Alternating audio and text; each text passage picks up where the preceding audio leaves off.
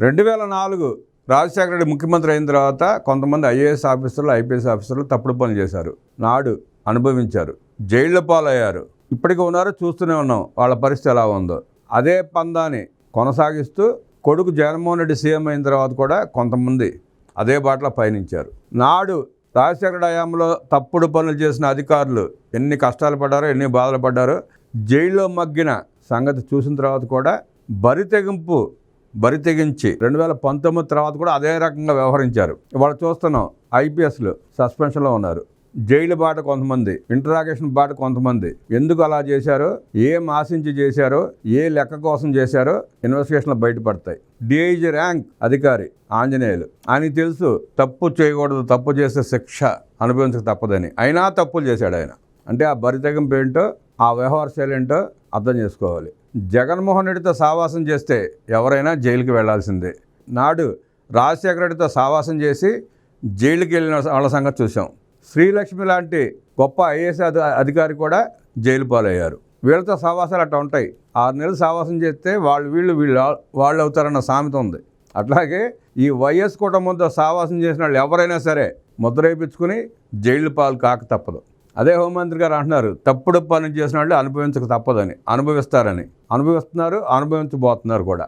తప్పు చేసిన వారికి శిక్ష పడాలనే వైఖరితోనే కూటమి ప్రభుత్వం ముందుకు వెళుతోందని హోంమంత్రి వంగలపూడి స్పష్టం చేశారు. తమ ప్రభుత్వంలో సాక్ష్యాలు లేకుండా పోలీసులు ఏ కేసులోనూ ముందుకు వెళ్లట్లేదని స్పష్టం చేశారు. తప్పు చేసిన వారిపై చట్ట ప్రకారం పారదర్శకంగానే చర్యలు తీసుకుంటున్నామన్నారు. తెలుగుదేశం నాయకులు, కార్యకర్తల్లో ఎంతో ఆవేశం ఉన్నా గత జగన్ ప్రభుత్వంలో తప్పు చేసిన వారి పట్ల ఓ పద్ధతి ప్రకారం చట్టపరంగానే ముందుకు వెళుతున్నామని చెప్పారు. ఇంటెలిజెన్స్ మాజీ చీఫ్ పిఎస్ఆర్ ఆంజనేయులు అరెస్ట్ నేపథ్యంలో మీడియాతో హోంమంత్రి అనిత మాట్లాడారు. తెలుగుదేశం ప్రతిపక్షంలో ఉన్నప్పుడు కూడా అంతకుముందు టీడీపీ ప్రభుత్వంలో పనిచేసిన అధికారులు ఇబ్బంది పడలేదన్నారు. మేము చాలా సందర్భాల్లో ప్రతిపక్షంలో ఉన్నాం, అప్పుడు మాపై కేసులు నమోదయ్యాయి. మా వల్ల ఏ అధికారి ఇబ్బంది పడిన పరిస్థితి లేదు. అక్రమ కేసులతో నాయకులు బలయ్యారు, కానీ తమ వల్ల అధికారులు అరెస్ట్ జరగలేదని స్పష్టం చేశారు. తెలుగుదేశం ప్రభుత్వాలు తప్పు చేయలేదనడానికి ఇదే నిదర్శనమని అన్నారు. వైసీపీ అధికారంలో ఉన్నప్పుడు జగన్ రెడ్డి మెప్పు కోసం ఇష్టం వచ్చినట్లుగా ప్రవర్తించిన అధికారులు ఇప్పుడు ఇబ్బంది పడుతున్నారని అన్నారు. ఇలాంటి వారంతా న్యాయస్థానాన్ని ఎదుర్కోవాల్సిందేనని హోంమంత్రి అనిత స్పష్టం చేశారు. గత వైసీపీ పాలనలో ప్రజావేదిక కూల్చివేతతో విధ్వంసం మొదలుపెట్టారు. మా పార్టీ నేతలందరిపైన తప్పుడు కేసులు పెట్టారు. టీడీపీ కార్యాలయాన్ని ధ్వంసం చేశారు. మహిళలని చూడకుండా బెదిరింపులకు పాల్పడ్డారు. టీడీపీ నాయకులను వేధించడానికి సిఐడిని వినియోగించిన వ్యక్తి జగన్. కూటమి ప్రభుత్వంలో సాక్ష్యాలు లేకుండా పోలీసులు ఏ కేసులను ముందుకెళ్లడం లేదు. వైసీపీ ప్రభుత్వంలో పనిచేసిన అధికారులే ఎందుకు అరెస్ట్ అవుతున్నారో ఆ పార్టీ ఆత్మవిమర్శ చేసుకోవాలి. జగన్ వల్ల గతంలో శ్రీలక్ష్మి లాంటి ఐఏఎస్ అధికారులు జైలుకు కూడా వెళ్లారని అనిత అన్నారు. జగన్ 4 గోళ్ల మధ్య కాకుండా ప్రజల్లోకి వచ్చి అక్రమ కేసులు లాంటి మాటలు మాట్లాడితే ప్రజలే సరైన సమాధానం చెప్తారన్నారు.